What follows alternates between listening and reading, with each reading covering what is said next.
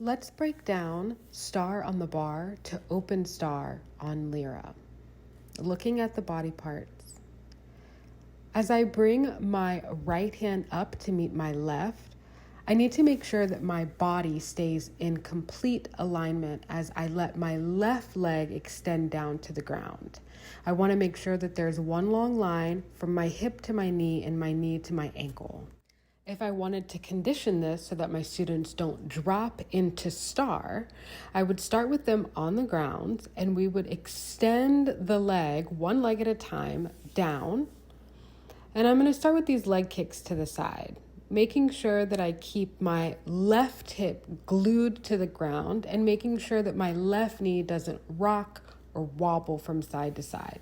It doesn't matter how flexible you are, it doesn't matter how far your leg extends to the ground, as long as you're working the core connection. Make sure to do both sides, extending as far as you can without your opposite leg dropping down to the ground and keeping that connection with the low back into the ground. So make sure you're not wobbling.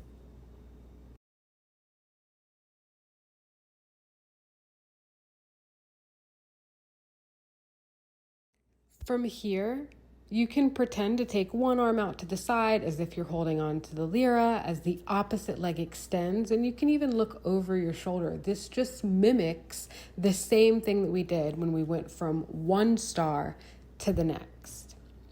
To take it even further, I'm going to do leg circles. This helps to open up my pelvis. It helps to create more flexibility in the hip. And I'm also learning how to control one side of my pelvis while the other side of my pelvis or my hip begins to move.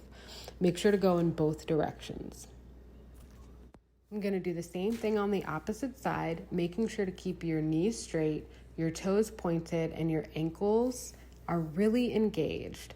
Again, you can look over that opposite shoulder as you create circles. You just want to make sure that your knee doesn't rock out from side to side. And it doesn't matter what you do, whether you're looking over one shoulder or staying looking at the ceiling, make sure that you're engaged in the opposite hip.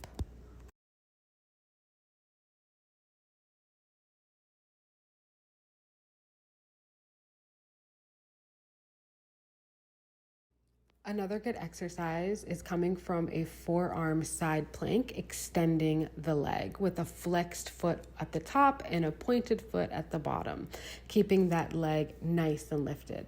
If that's too much, you can go on a bent knee and do the same exact thing.